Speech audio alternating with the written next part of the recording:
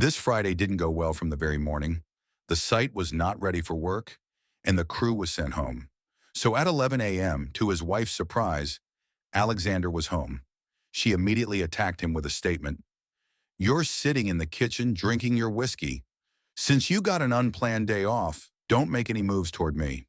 Besides, I'm packing my suitcase, and you're just getting in the way, which means I'll forget something." Alexander obediently retreated to the kitchen, wondering what kind of grand preparations Natalie was making for a 4-day business trip. He hadn't liked her behavior in the past 2 weeks. She started staying late at work and spending a lot of time with her friend. All of this was a worrying sign for Alexander. Natalie strutted past the open kitchen into the bathroom. Alexander knew it would take at least 15 to 20 minutes. He quickly got up, peeked into the suitcase standing by the door, and without thinking twice, opened it to see what exactly his wife needed for a 4-day business trip. What he saw shocked him and told him everything about this trip. What surprised him the most was the lingerie she had packed. Lingerie she had never worn for him. Alexander walked into the hallway, took out his old blue work robe from the utility closet, which had been washed multiple times, grabbed the orange latex gloves he usually used for unclogging drains, an old pair of rubber boots stored in the same closet, and a worn-out beret. Returning to the bedroom, he removed everything Natalie had packed from the suitcase and replaced it with the items he had brought. He neatly packed everything, covering it with her business suit, after tearing off its sleeves. He placed the sleeves inside the suitcase as well. The suitcase was closed and returned to its original place. Having finished, Alexander returned to the kitchen and poured himself a glass of whiskey. He started thinking about what he would do next. An hour later, Natalie, dressed in a comfortable travel outfit, rolled her suitcase toward the taxi waiting for her. She waved to her husband and, getting into the car, said, "To the bus station, please." Watching the car drive away, Alexander picked up the home phone and dialed the HR department of Natalie's company. A pleasant voice answered, "How can I help you?" "This is a client speaking. I can't get in touch with the specialist I usually work with." "Which specialist?" "Natal. Unfortunately, she took 4 days of unpaid leave, so she's not in the office right now. Maybe someone else can assist you." "Just 4 days? That's not long. I can wait." Ending the conversation, Alexander started packing his own things. There weren't many.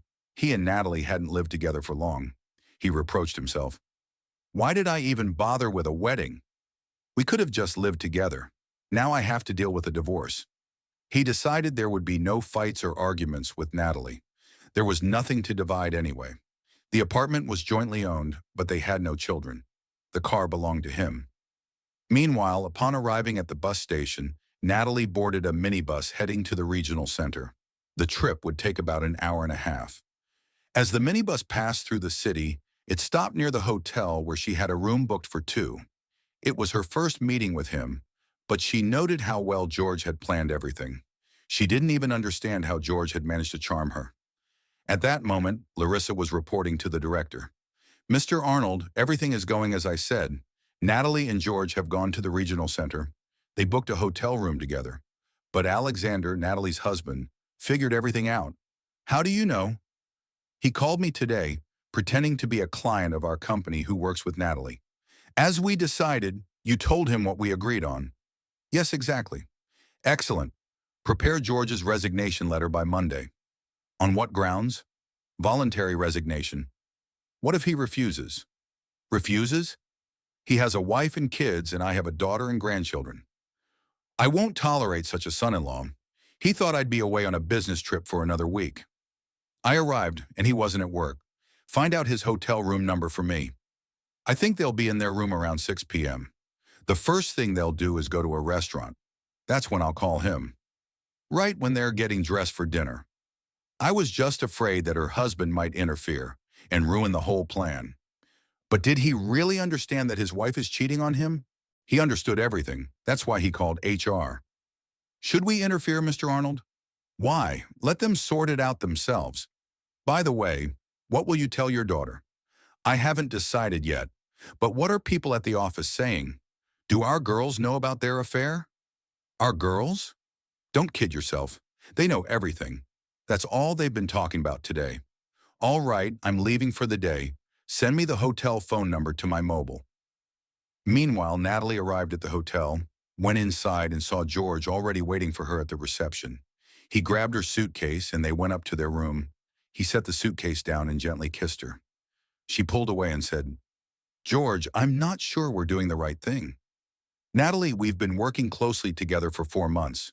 We've practically become close people, and we deserve this little getaway. From work, from our families, from our city. We just need to relax a little. What will the general director say? He's your father-in-law, after all." "Yes, that's true, but he doesn't need to know about our relationship." Natalie slipped out of George's embrace, placed the suitcase on the bed and said, "I'll change quickly." She opened the suitcase, took out the suit that was more suitable for social events and restaurant visits, and discovered that the sleeves had been torn off. She looked inside the suitcase and saw her husband's old blue work robe and large orange latex gloves that he used for cleaning the drains. She understood everything. Looking at the contents of the suitcase, Natalie sank into a chair and said, "George, we've been caught." "Why do you think so?" "My husband swapped my clothes. Look what he put in my suitcase while I was taking a shower." "I just hope he doesn't tell my wife or my father-in-law," George muttered. "I don't know. I need to call him. It's very likely that his unexpected arrival home today wasn't an accident." At that moment, the phone rang in the hotel room. George picked up the receiver and heard the voice of his father-in-law. "Good evening, George." "Mr. Arnold? Who else would be calling?"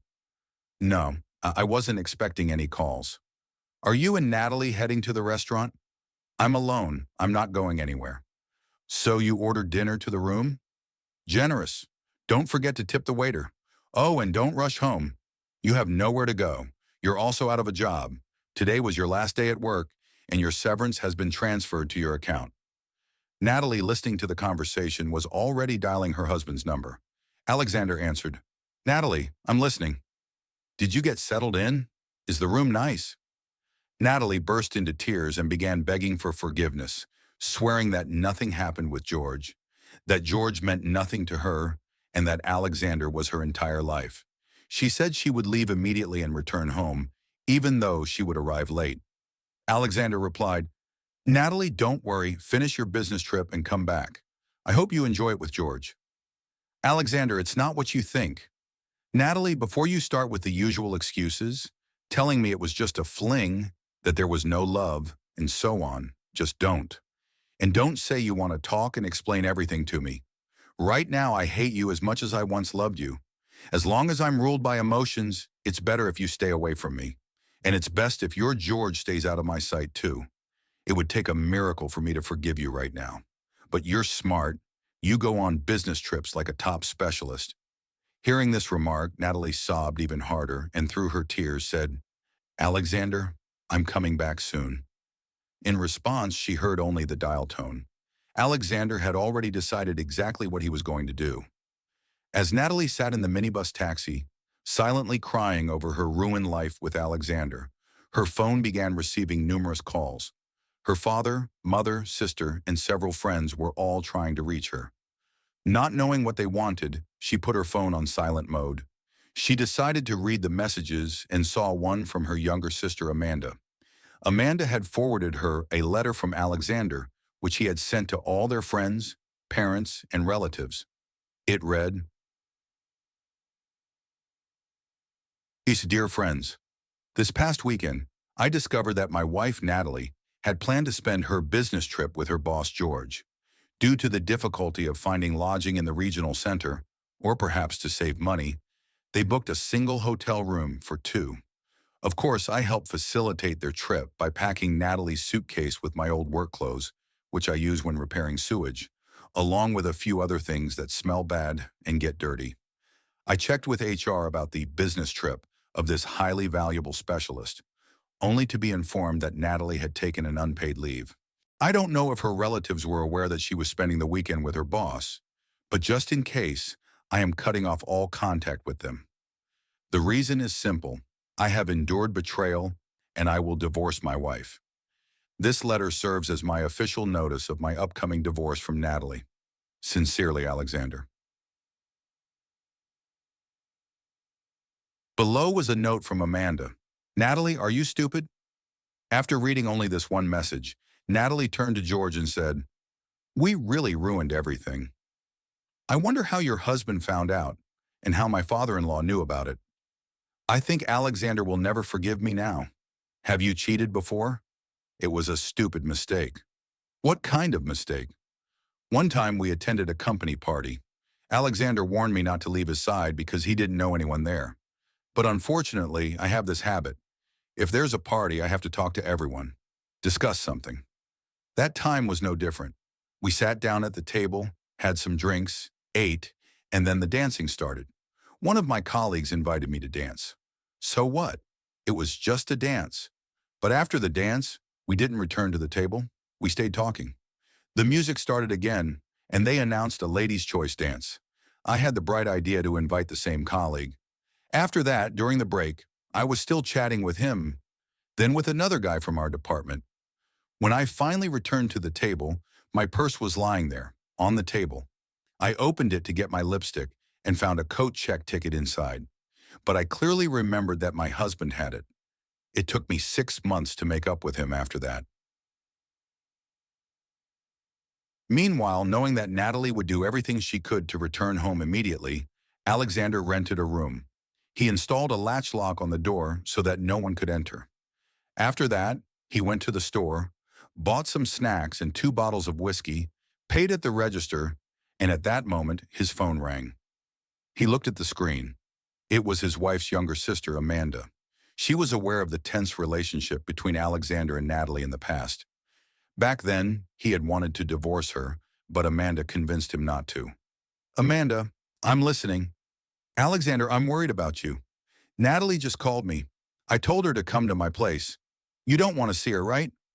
"I don't want to, and I won't. I already grabbed a couple of bottles of whiskey. You don't mind some company, do you?" "Come over. Natalie's room is free. Just no lectures, okay?" "Agreed. And besides, you were right. Just don't start drinking without me. I know how you are with no snacks and downing it in full glasses." "So what? Should I grab a 3rd bottle?" "That depends on how the night goes." 30 minutes later, Alexander was home, setting the table in his room. He figured Amanda might bring Natalie along, and he had already spent the whole day on edge. But deep down, he knew Amanda had been the one who got them back together last time. That time at the company party, Natalie got carried away with dancing and the attention of other colleagues and completely forgot about her husband. He felt like a stranger there, so he quietly left. They had lived in separate rooms for 6 months before Amanda convinced him to reconcile. He had told Amanda back then, "Don't you get it? I'm her husband and she treated me like I didn't exist. That's blatant disrespect. Where there's no respect, there's no love. Where there's no love, there's no family. Why do I need a fake marriage? Alexander, she's a young woman. Men flirted with her and she got a little carried away. Then why did she get married? Did I force her?" In the end, Alexander had given in. But today, he didn't care what happened to his wife anymore. He opened the bottle and had just poured himself half a glass when he heard the front door opening. Curious, he looked. It was Amanda. "Already drinking?" she asked as she walked in. "No need to be late." "I wasn't late. I waited for my foolish sister to arrive, took her keys to your apartment, and here I am." "Well, come in. I've already poured." "Why not in the kitchen?" "So I don't have to crawl to bed." Amanda kicked off her shoes and walked into Alexander's room. She sat at the table, glanced at him, and said, "Well, you set the table nicely, but the snacks aren't quite right. You know, in proper society, whiskey isn't paired with food. They only serve coffee and cigars with it." "That's not true. The best foods to pair with whiskey are hard cheese, dark chocolate, caviar, fruits, and lean meats. The traditional whiskey chaser is lemon, with or without sugar. There's lemon in the fridge. Drink, I'll get it later." They drank. Amanda was surprised at how calm Alexander was. After he brought a sliced lemon on a plate, she asked, "You seem calm. Why?" "Amanda, you know she once blatantly disrespected me. It was logical to assume that the next step in our marriage would be infidelity." "So you were watching her?" "No, I was just waiting for it to happen. And it did." "How did you realize she was planning to cheat on you?" "It's simple. I never trusted her. And today, suddenly, a business trip on a Friday? I won't lie, I called HR, and they told me she had taken unpaid leave. What else was I supposed to do? Want another drink? I don't know what you should do, but yeah, pour me another. That's what I came for. That's exactly what I wanted to ask. Why are you here? You're smart. You know there's no chance of reconciliation between me and Natalie. Do you know who she went away with? Not interested, but if you tell me, I'll listen just for my general knowledge. It was George, the deputy CEO. But from what I understand, he's already the former deputy. Oh yeah? Why's that? If Natalie is telling the truth, Mr. Arnold called their hotel room. And that was the end for George. She knew they were caught right then and called you. So her father-in-law knew his son-in-law was fooling around and wasn't happy. Plus, he knew exactly where he was, since he called their room. Looks like everything was planned in advance. What's he going to do next? Natalie said that when they got back, George had no place to go, and he was told not to worry about work anymore, and that he no longer lived where he used to. So where did he go? I don't know. I didn't talk to Natalie for long. Want another drink? Aren't we moving too fast? We haven't even finished the lemon yet. Is there more in the fridge? What, whiskey? It's right here in the room. No need to chill it. Whiskey doesn't need chilling, but vodka should be drunk cold. Oh, so you're an expert on alcohol now? So what's next for you? I sent out that email, didn't I? I wrote that I'll divorce my wife after recovering from her betrayal. And then? Then I'll move on. You see, I want a family, kids. Natalie never cared about that. Here, have some more, and don't forget the lemon. They drank and took a bite of lemon. Amanda continued, Natalie doesn't realize what she lost. Enough about her. Tell me, what's going on in your life? Why are you so proper? Still not married? You want to know everything right away? Why not? You used to ask me a lot of questions, but you never wanted to answer mine. All right, pour me a drink, and maybe later I'll tell you something about myself. They drank and had a snack. Amanda said, maybe we should talk tomorrow. My tongue is starting to twist, and my brain isn't working anymore. I just want to sleep. Go to the bedroom. The sheets are clean. And you? I'll sleep here. We'll talk in the morning. Amanda went to the bedroom. Alexander sat for a while longer, had another drink, and then went to sleep without cleaning anything up. Meanwhile, Natalie was sitting in her sister's apartment, thinking about how to win her husband back. It was late when her phone rang. She looked, it was George. She answered, I'm listening. So, did you make up with your husband? No, I'm staying at my sister's place. Why's that? On her advice, she said that having a conversation with my husband tonight wouldn't work, that he needs time to cool down. And how long is he going to cool down? I don't know. Last time it took me 6 months to make up with him, and even then, I felt like he didn't trust me. Then why did you agree to this trip? Because I was an idiot. My sister told me that too. But if I think about it, I guess I wasn't getting enough attention, and I didn't feel loved, especially after our argument. My husband used to compliment me, take me on dates, take care of me. But after the fight, everything changed, even though I was the one at fault. Then I met you. Your compliments, affection, and attention went to my head. That's why I agreed to go on this trip with you. But honestly, as soon as I stepped into that hotel, I felt like a fallen woman. I even had a thought to stop everything. Tell me, why did you do it? I'd really like to hear the truth. It was just a moment of weakness. I saw you at the meeting and gave in to a fleeting desire. To be honest, when you worked in my department, I never even noticed you.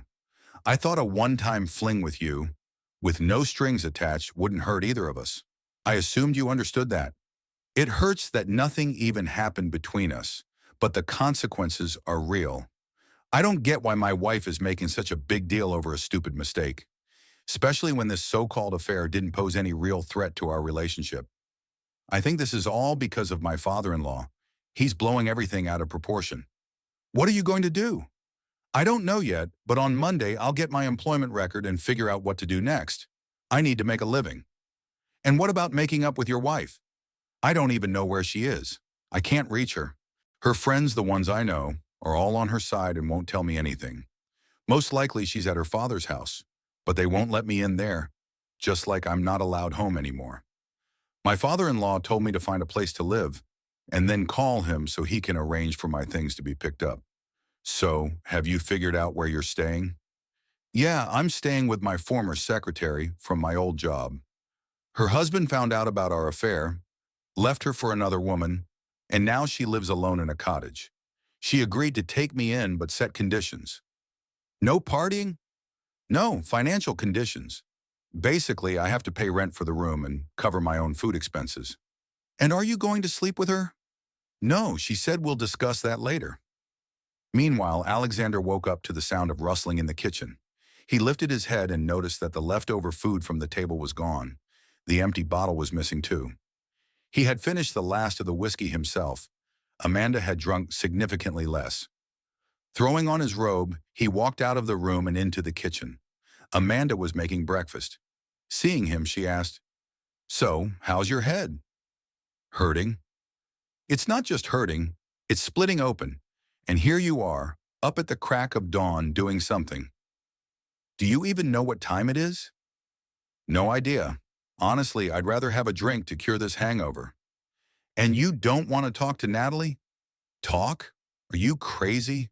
What could I possibly talk to her about?" "I don't want to see her, though I guess I'll have to when she comes home." "Exactly. You need to figure something out and split the living arrangements." "And how do you suggest we do that?" "We'll sell the apartment and split the money after taxes. Although, on the other hand, she might just move in with her lover. He doesn't have anywhere to live either." "No, I don't need them here. While it's still warm, I can stay at the country house. But in the meantime, we need to sell the apartment and split the money." "And the divorce?" "You know, I already had the divorce papers ready. I'll just update the dates and pay the fee." "And you won't even listen to Natalie?" "No, I won't. She's crying and completely remorseful, but we've been through this before. She cried and begged for forgiveness last time too, and look where it got us. Even you convinced me back then that if I forgave her, I'd have the best wife in the world. I really noticed that last night." "Alexander, don't be mad at me. Natalie told me exactly that, and I believed her. So how long am I going to stand here?" "Pour me a drink." "Can't we just talk?" "Let's talk after we drink." Amanda poured him a whiskey. "And you?" "I still feel sick from yesterday." "Have a drink. You'll feel better right away." Amanda poured herself a small one. She said, "There's food on the table. Eat something." They drank. Then Amanda decisively said, "Do whatever you want, but I'm not drinking anymore. And one more thing. When Natalie comes home, you two need to sort this out yourselves. I don't want to be involved anymore." "You never told me yesterday. Why aren't you married yet?" "Because I haven't found someone like you." "You mean someone with money?" "Alexander, it's not about money. I need to love a person." "See? Love. But Natalie's never loved me. She married me not for love, but because I was a decent man with a good salary. She never valued or respected me as a husband, and she never truly had feelings for me. That's why she was drawn to someone else." The home phone rang. Alexander picked up, expecting Natalie, but it was an old friend who had come to town with his wife to visit his mother-in-law. "Alexander, bring your wife over. I'm staying at my mother-in-law's place. You know where it is. I want to finally meet your wife. No excuses?" "Mark, of course. I'll be there in an hour. What should I bring?" "Just some beer for the barbecue." "How about a bucket of it?" "You're getting it on tap, not watered down?" "Don't worry about it." Alexander hung up, looked at Amanda, and said, "All right, you're playing my wife today. We're going to my friend's place." "And I'll be called Natalie?" "Why? You'll be Amanda, just as you are." "And how long will we be there?" "Until about 9 in the evening." "What do I tell Natalie?" "Just tell her I went somewhere, and you're going on a date, that you'll be home late." "What if she comes here in the meantime?" "She doesn't have a key." "So you don't want to go with me anywhere?" "I never said that. Who knows, maybe there will be other women there." "We'll drop the keys off on the way. I'll wait in the taxi while you run up and give them to her. Tell her I left for somewhere.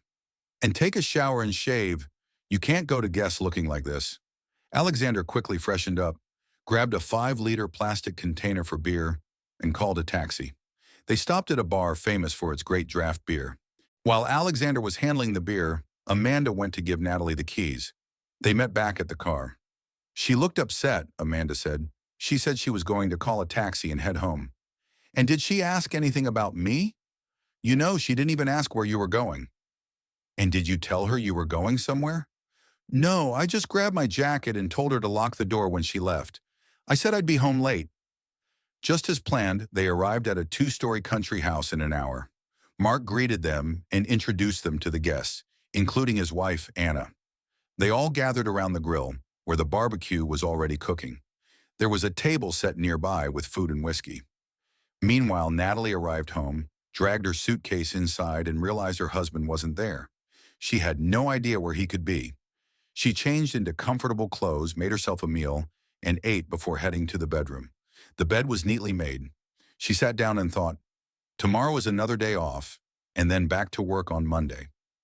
What will happen there? She didn't know, but she was certain it wouldn't be good. Back at Mark's place, Alexander and Amanda were having a great time. They drank a lot, so the host gave them a room to spend the night in.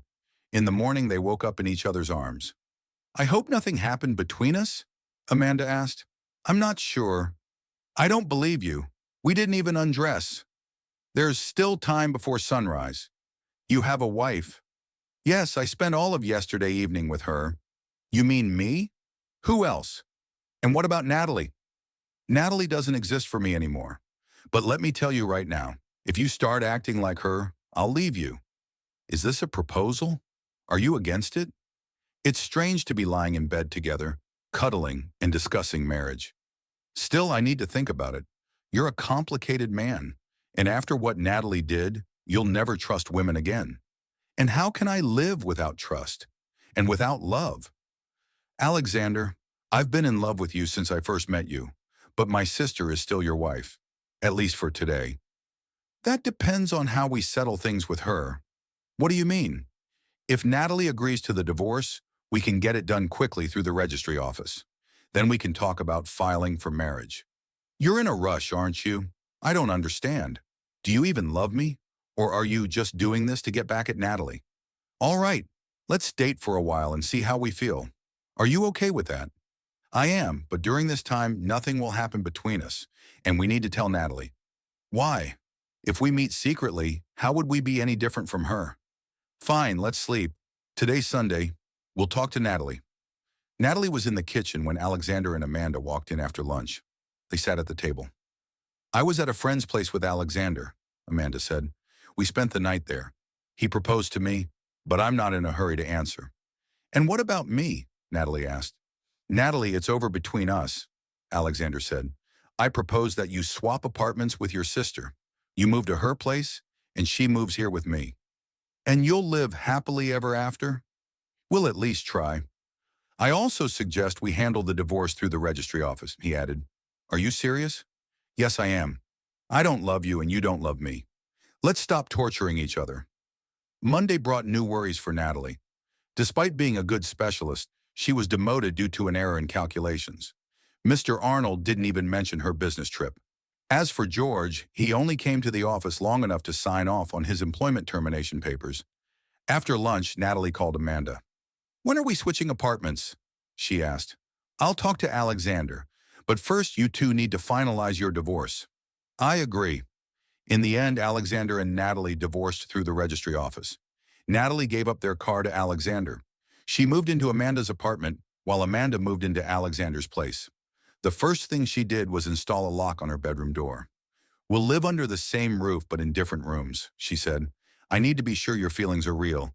Just loving you isn't enough. Still, a year and a half later, she gave birth to a baby boy. Natalie eventually started dating a man her own age, and their relationship turned serious. George found a job as a manager in a shopping center. He rented a room from his former secretary, though they shared a bedroom. When he proposed, she refused, saying she preferred a common law marriage. And that's where this story ends. Now let me ask, what was Natalie thinking when she went to the hotel with George? I think Alexander did the right thing by not forgiving her and filing for divorce. Thank you for listening to the story till the end. What do you think? Share your thoughts in the comments.